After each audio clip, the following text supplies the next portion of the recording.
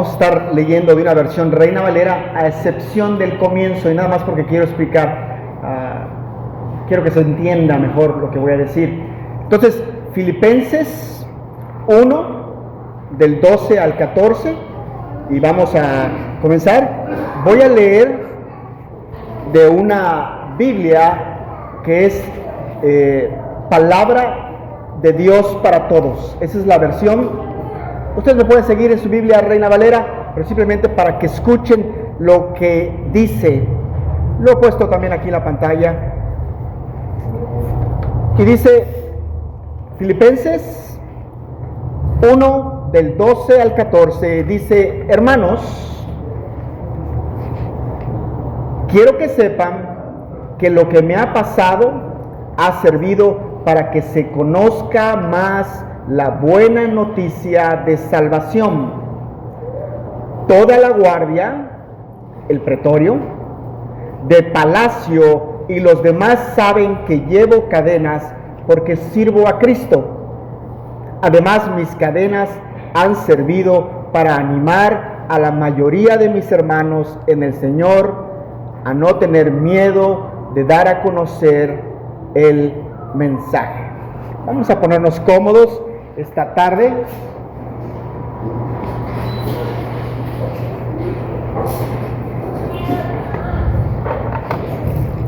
Ahora, esta carta está escrita a los filipenses. Y primero que nada quisiera yo ir al trasfondo de quién eran los filipenses. Hermanos, cuando pasamos por la Biblia, a veces hay alguna escritura que realmente yo le podría describir que es violenta con nuestro corazón. Nos atrae de una manera sobrenatural. Siempre lo digo, tal vez nosotros podríamos tener una enseñanza para este domingo preparada en mente, y de repente pasas por un versículo en la Biblia que te dice: predícame a mí. Y siempre sucede eso.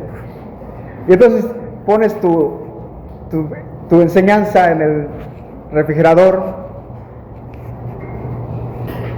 y predicas lo que el Señor está poniendo en tu mente, en tu corazón. El trasfondo aquí de la fundación de la iglesia de Filipos, pues la idea es que es de origen sobrenatural. Ahora, ¿quién fundó la iglesia de Filipos? ¿El hermano Pablo? El Espíritu Santo, ¿verdad? El hermano Pablo no quería ir a Filipos. Digamos, él no estaba en sus planes ir a Filipos. Tenía pensado predicar en Asia. Y tiene una visión, ¿verdad? La visión de Macedonia, en la cual, en esa visión, y creo que la tiene más de una vez, que un hombre le está pidiendo por favor que vaya a asistirlo. ¿Con qué? Con el Evangelio.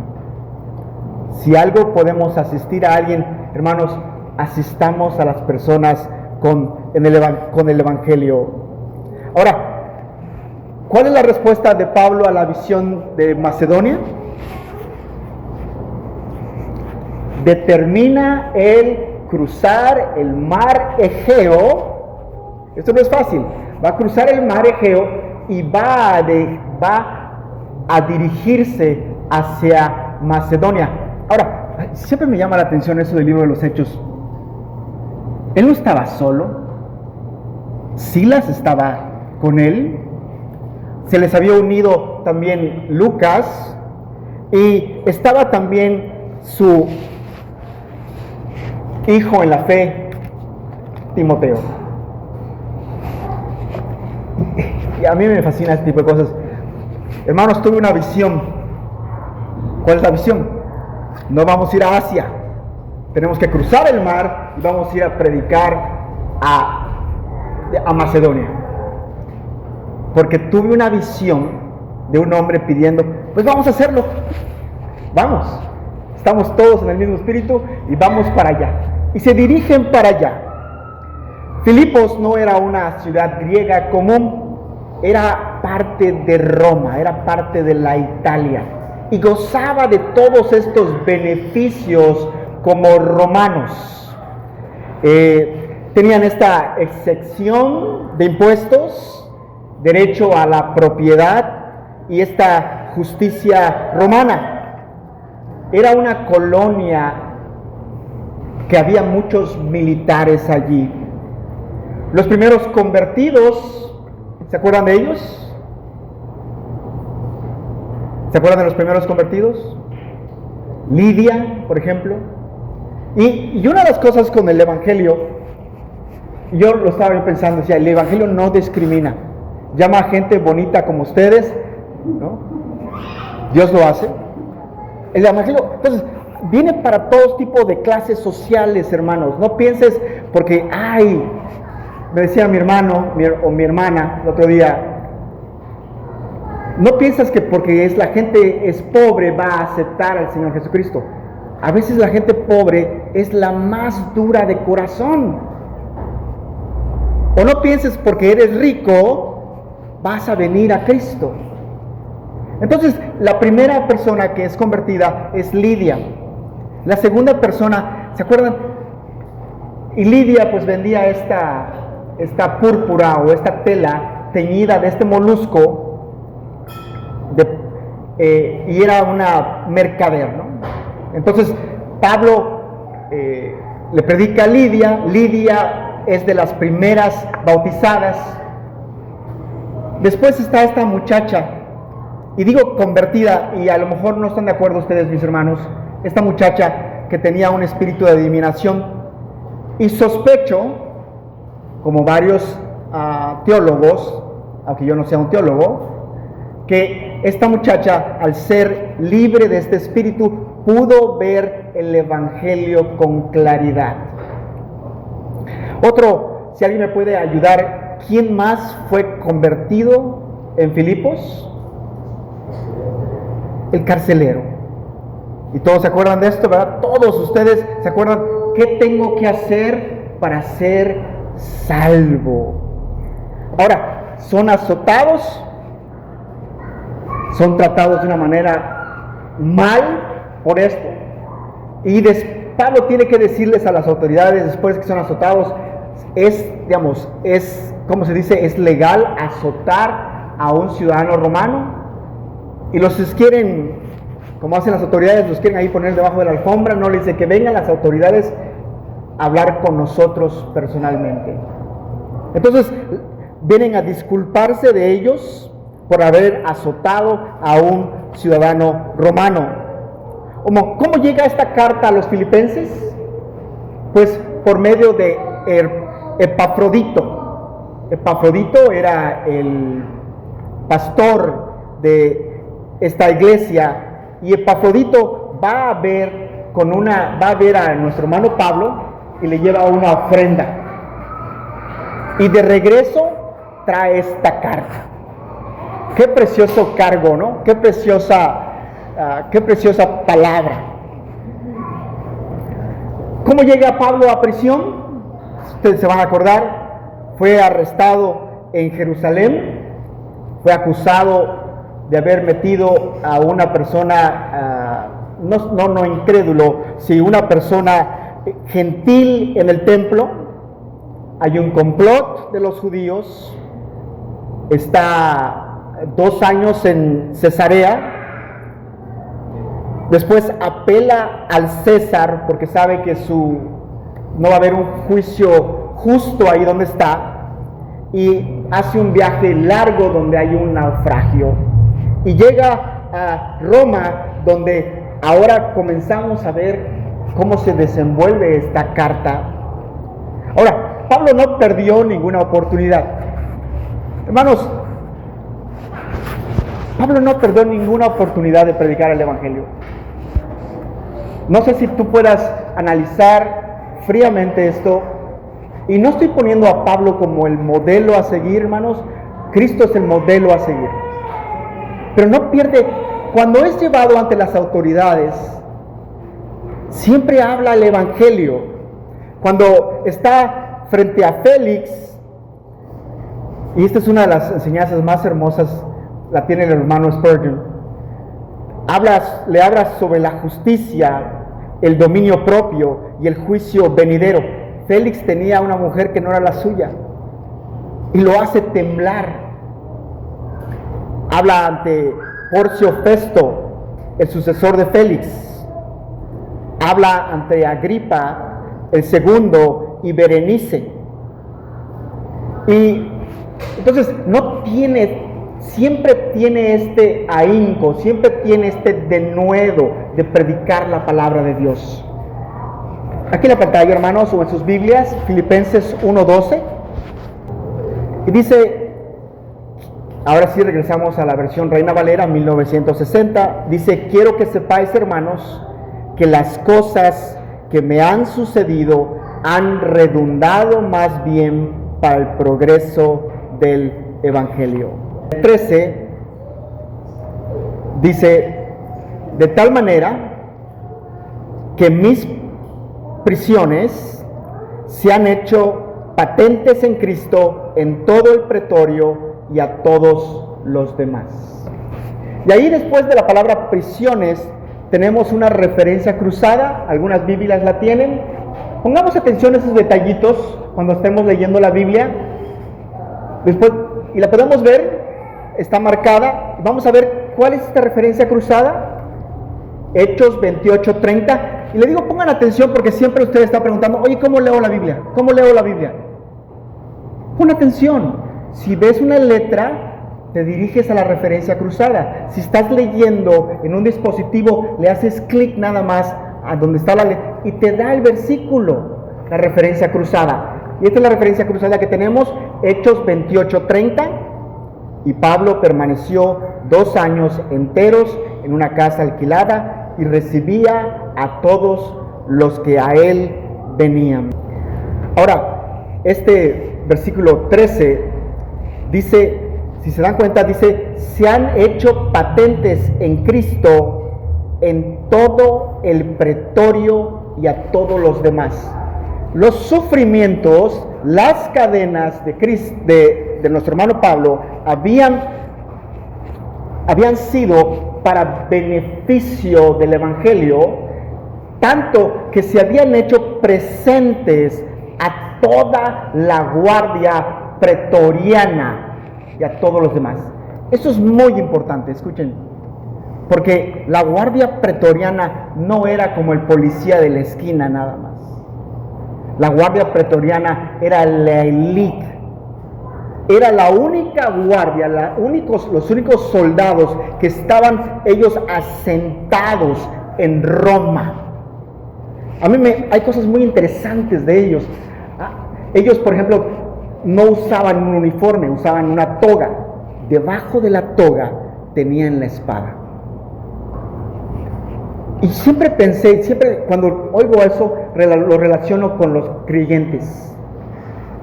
Tú, como creyente, podrías ser una persona que parezca inofensiva, pero cuando abras la boca, la palabra, la espada de Cristo debe de salir.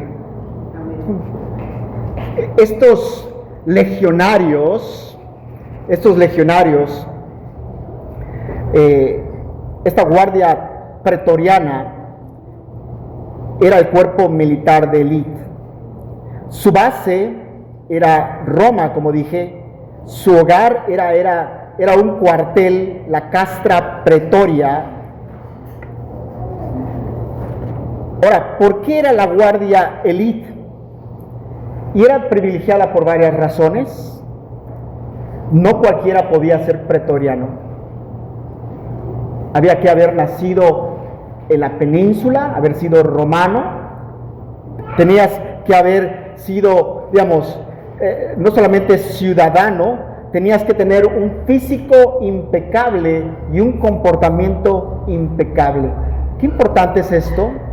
Y le digo esto porque muchos departamentos o muchos lugares para servir en una guardia necesitas tener estos distintivos. Esta guardia tenía privilegios económicos superiores, tenía sueldos superiores, su servicio era menor, y siempre que un emperador subía les daba un dinero para comprar su protección. Pablo menciona específicamente que sus prisiones se han hecho conocidas, célebres en todo el pretorio, en toda la guardia élite del emperador. Ahora, esto es muy importante. Los soldados se van a turnar para escuchar a Pablo.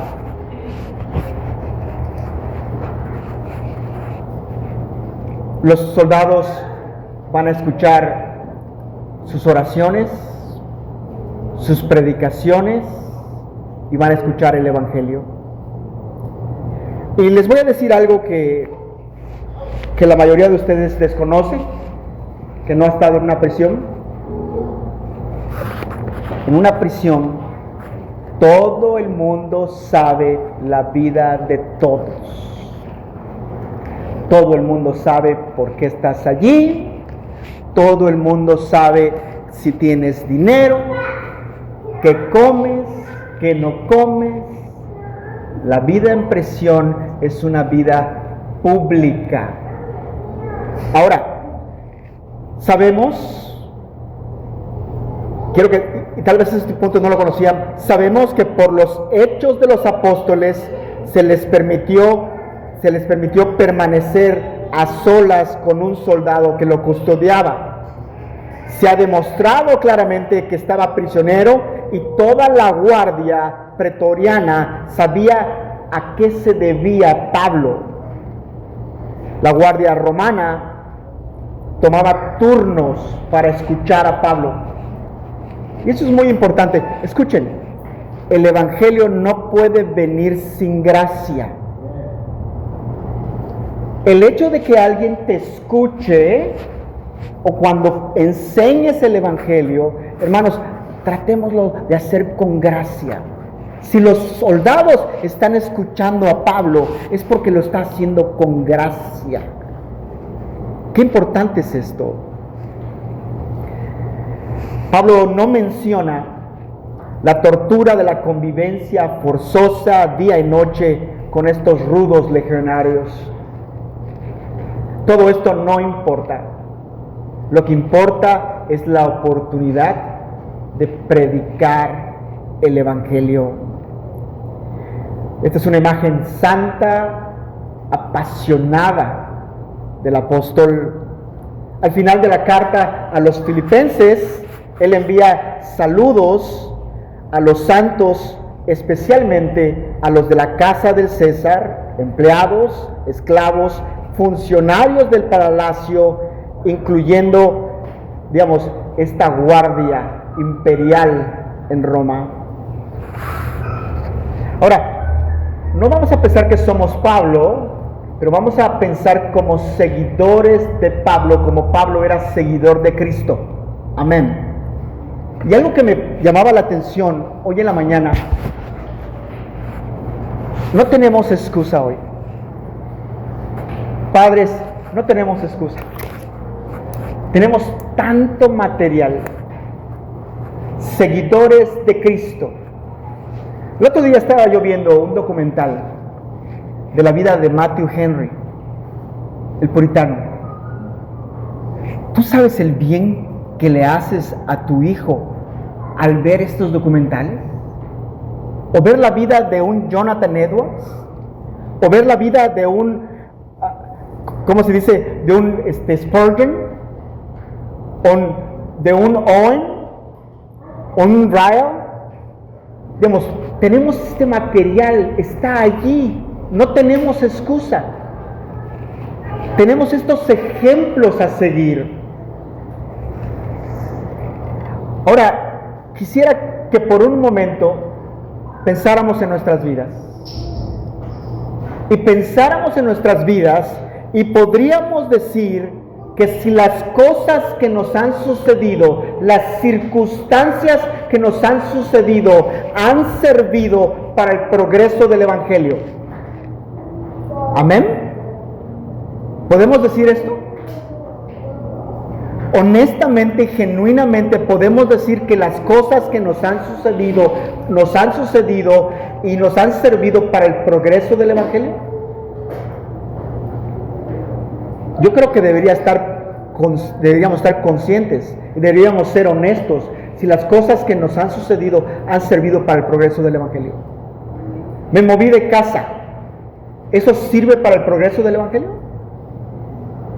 Debería. Quiere decir que ya no tengo los vecinos que tenía antes, ahora tengo nuevos vecinos a quienes enseñarle. Digamos, me sucedió una enfermedad. ¿Sirve esto para el progreso del Evangelio? Debería. Ahora tengo más ahínco al predicar, sabiendo que mi tiempo es corto. En el trabajo, hermanos, en el trabajo, ¿las cosas, las circunstancias sirven para el progreso del Evangelio? ¿O somos simplemente creyentes que solamente funcionamos el domingo en la iglesia? Eso podría estar sucediendo, que solamente funciono el domingo en la iglesia y el lunes dejo de ser creyente porque estoy en el trabajo, en el supermercado. ¿Es Pablo un humano como yo? ¿Es Pablo un humano como yo o es un superhombre? No, es un humano como yo. ¿Cuáles son las armas de Pablo? ¿Cuáles son las armas de Pablo? Ahora, ¿estaría yo mintiendo si yo dijera que cada uno de los que estamos aquí casi tenemos todas las armas de Pablo? A excepción del don de hacer milagros, tenemos la revelación viva y eficaz delante de nosotros. Tenemos la palabra de Dios. Entiendo, a Pablo Cristo le habló directamente, lo entiendo. Nosotros tenemos la palabra de Dios. Tenemos la obra del Espíritu Santo sobre nosotros. ¿Alguien aquí creyente que no esté el Espíritu Santo sobre él? Tenemos oración, tenemos ayunos, tenemos hermanos en la fe. Tenemos las mismas armas, ¿y cuál es el arma favorita de Pablo? ¿Cuál es el arma favorita de Pablo? 1 Corintios 2:1, leámoslos, lo pueden leer en su Biblia o en la pantalla. 1 Corintios 2:1. Así que, hermanos, cuando fui a vosotros para anunciaros el testimonio de Dios, no fui con excelencia de palabras o sabiduría. Cuando fui a vosotros, no fui con excelencia de palabras o sabiduría. Cuando fui a vosotros para anunciaros el testimonio de Dios, no fui con excelencia de palabras o sabiduría. ¿Cuál es el testimonio de Dios? ¿Cuál es el testimonio de Dios? Quiero escucharlos. ¿Nadie sabe cuál es el testimonio de Dios? El Evangelio. Pablo había crecido, hermanos, a los pies de Gamaliel. Pablo desde su niñez había sido llevado a estudiar. Pablo era un hombre muy culto. Hablaba diferentes idiomas. Dominaba la literatura griega. La oratoria. ¿Y por qué optó? Optó por dar un mensaje sencillo. En lugar de la retórica y el lenguaje pomposo, típico de la elocuencia griega o del mundo, consideraba que el tema no requería un estilo grandilocuente para obtener aplausos. En cambio, se centró en proclamar el testimonio de Dios que consiste en los hechos claros del Evangelio. Esa fue su arma favorita. En lugar de usar la elocuencia, la retórica, aunque sí podemos ver una mente genial, usó el Evangelio, el amor de Dios al enviar a su Hijo y el testimonio de la divinidad, los sufrimientos y la resurrección de Cristo. Dado que este mensaje se basa en el testimonio de Dios mismo y no en la oratoria humana, Pablo lo presenta en un lenguaje sencillo y accesible, en términos simples, hermanos. En términos simples. Y a veces pecamos porque decimos, ¿y cómo voy a hacer para predicar el Evangelio si no me sé toda la Biblia? En términos simples. Hermanos, les quiero hacer una pregunta a ustedes. ¿Cuál es la gracia más grande de Dios demostrada a los hombres? La salvación. ¿A través de qué? Del Evangelio. A través del Evangelio. Ahora, quiero que te preguntes tú, ¿cuántas veces has escondido esa gracia? ¿Cuántas veces has escondido la gracia? ¿Cuántas veces, si la salvación, digamos, es el regalo, es la gracia más grande de Dios demostrada a los hombres, digamos, y la logramos a través del Evangelio, digamos, ¿cuántas veces hemos escondido el Evangelio? No lo hemos predicado, no lo hemos hablado. Queremos que nuestras familias se conviertan sin escuchar el Evangelio. Tenemos listas de personas que necesitan salvación, que no han escuchado el Evangelio. ¿Estoy mal al decir esto? Todos en esta sala debemos ser especialistas en el Evangelio si queremos tener éxito en nuestra vocación. Ok, quiero hacer un paréntesis aquí. ¿Cuál es tu vocación? Y tú me podrías decir, escúchame, y esto es muy importante. Hermano, mi vocación, manejo un Uber. Y mi pregunta es esta. ¿Los dueños del auto, tus jefes, te aman? Porque eres un empleado excelente. Y al mostrar esta excelencia en Cristo, estás demostrando quién es el Señor, quién es tu Señor. Y deberíamos hacernos todos esta pregunta. Digamos, los creyentes no somos aquellos que solamente predicamos el Evangelio. Somos las cosas que hacemos demuestran el Evangelio. Por ejemplo, les voy a dar un ejemplo. Mi esposa cocina riquísimo. Cualquiera de ustedes que me haya visitado y ha probado algunos de los ¿cómo se llama? Dishes, de los platos que cocina mi esposa, es riquísimo. Pero quiero que pongan atención, el esmero que se pone al cocinar.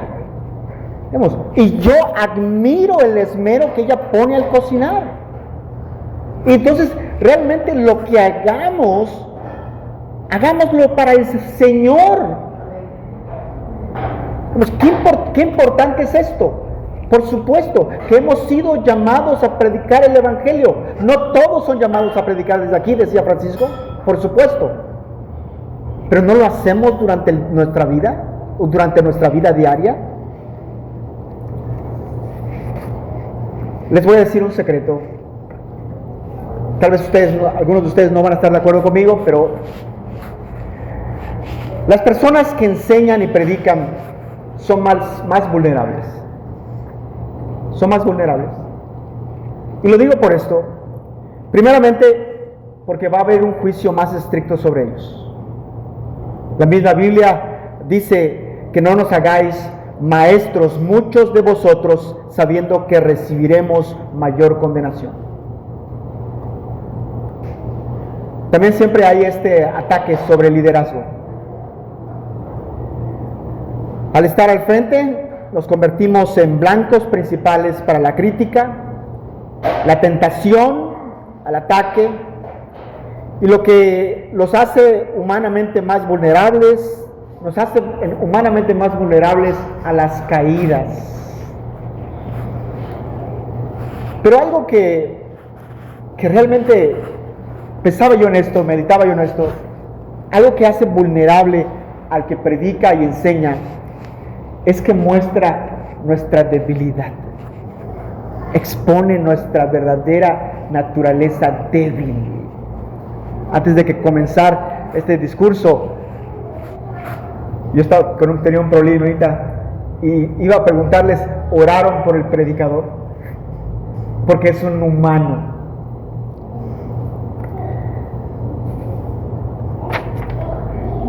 Un predicador es vulnerable porque debe humillarse.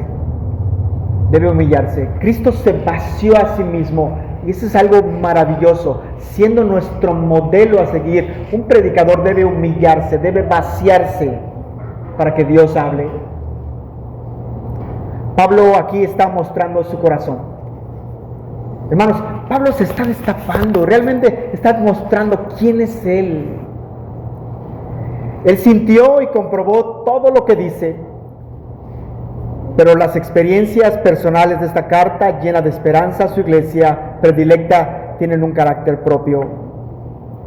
El corazón humilde lo hace con ternura, alegría y confianza. En esta época de la tecnología, donde todo tenemos instantáneamente,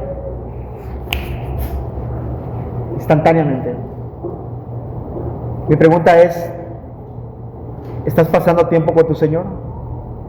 ¿O lo estás haciendo? ¿Y sabes qué está pasando? Que podríamos estar conformándonos simplemente con las enseñanzas que escuchamos los domingos. O conformándonos simplemente con escuchar una enseñanza en la semana. ¿Estamos pasando tiempo con nuestro Señor? Y eso es tan importante como decir, hermano, tengo que tomar un día a la semana en el cual tenga yo con mi Señor. Yo recomendaría esto, porque lo he visto en parejas. Hoy encárgate de los niños hoy. Voy a estar un tiempo con el Señor. Necesito estar a solas con el Señor. Pasen tiempo con su Señor. No confíen en las prédicas que escuchan. Ninguno de ustedes ha estado en prisión como Pablo. Las cartas duraban días, meses. Y aquí vemos esta respuesta, vemos esta carta mandada a los filipenses, que es un ungüento. Hay esta, alegría de saber que está bien el hermano. Escuchen el 14. Además, mis prisiones han servido para animar a la mayoría de mis hermanos en el Señor a no tener miedo de dar a conocer el mensaje. Esto no sé, las consecuencias, las circunstancias de su vida, han servido para el engrandecimiento del Evangelio y han servido los hombres, la iglesia ha visto lo que ha sucedido con él y ahora estos se han animado, han sido valientes para no tener miedo, para dar a conocer el mensaje. Quiero que vean rápidamente aquí en la pantalla esta palabra animar. Si la pueden ver, es tolmao, quiere decir atreverse, ser valiente, tener coraje, ser bravo. Y después tenemos esto, a no tener miedo, y la palabra es aphobos, sin miedo, sin temor de dar a conocer este mensaje. Y son las cosas que a veces me cuesta mucho del español. Con una sola palabra en griego tienes que decir a no tener miedo, pero con una sola palabra en griego describes esta situación, aphobos, sin temor, sin miedo.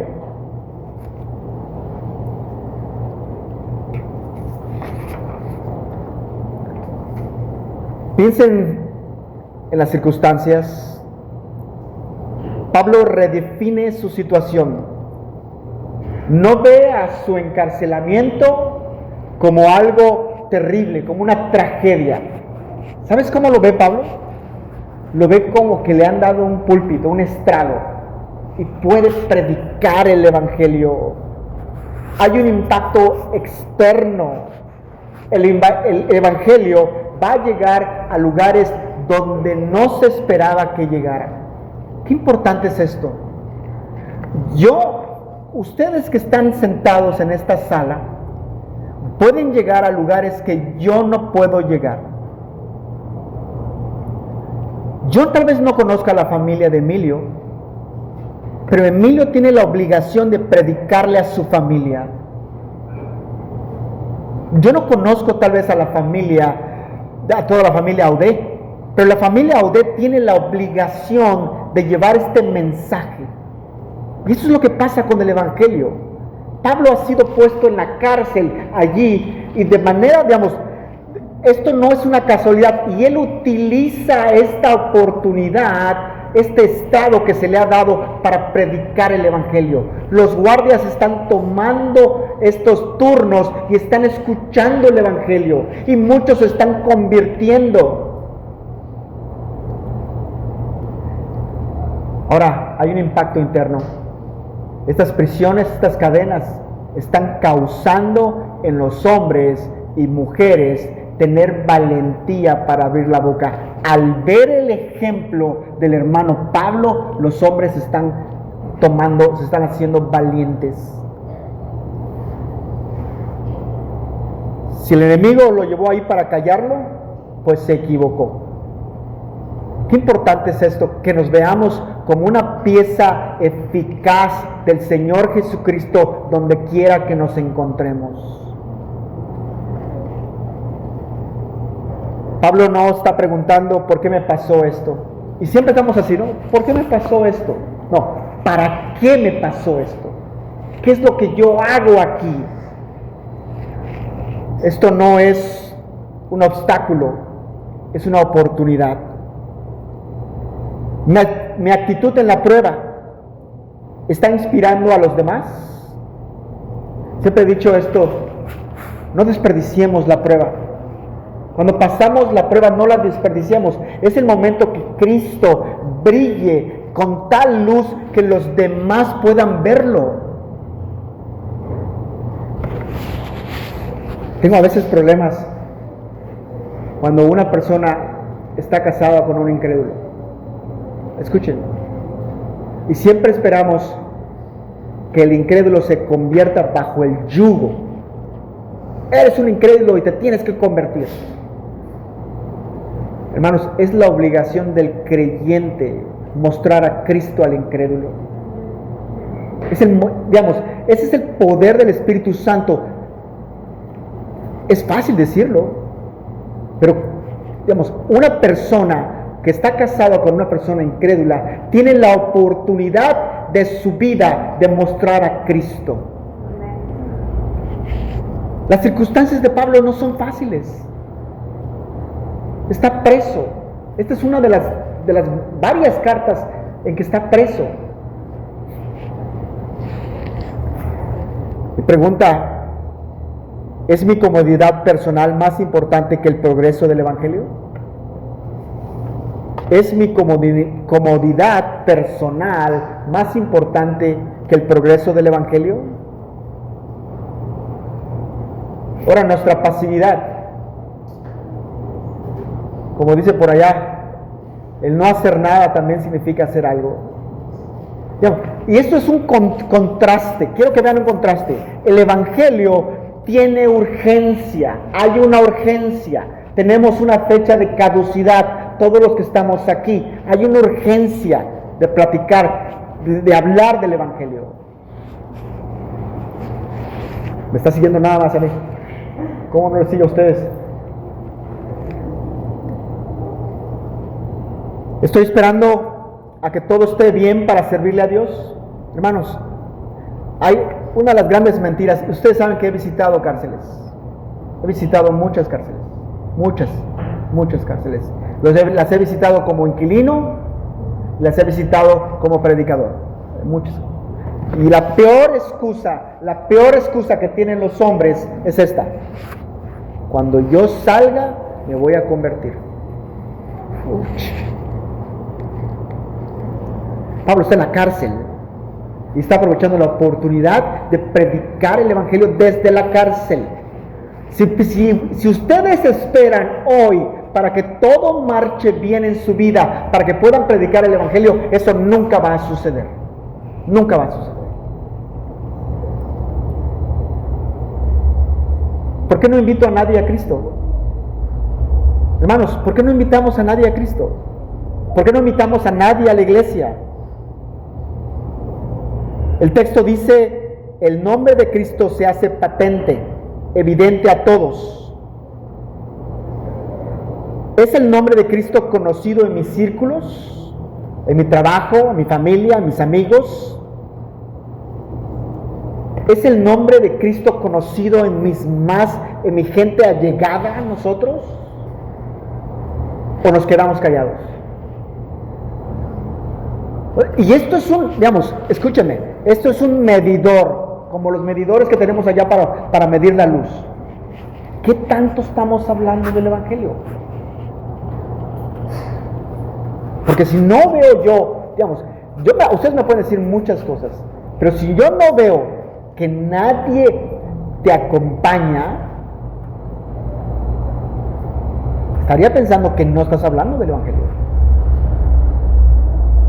Es nuestra obligación invitar a la gente, ¿o no es cierto?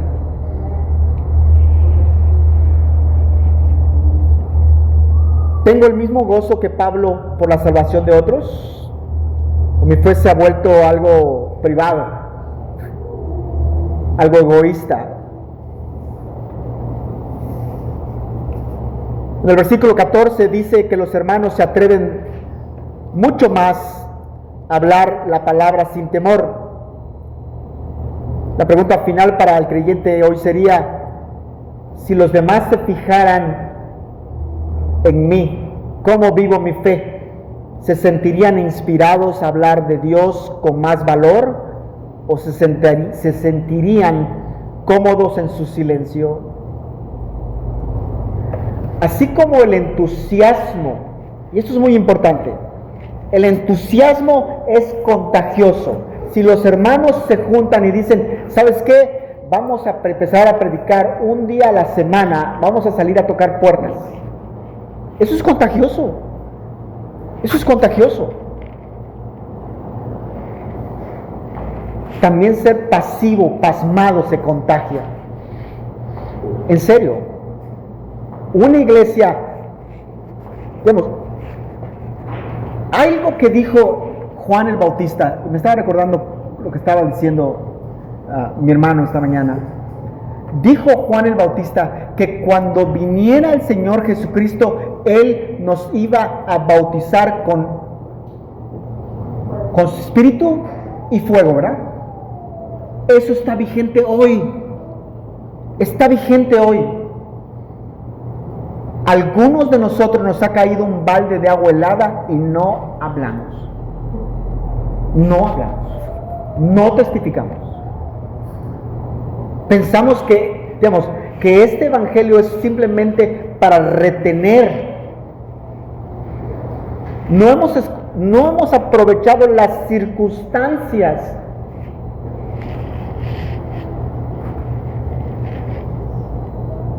El apóstol está confiando en Cristo y su salvación.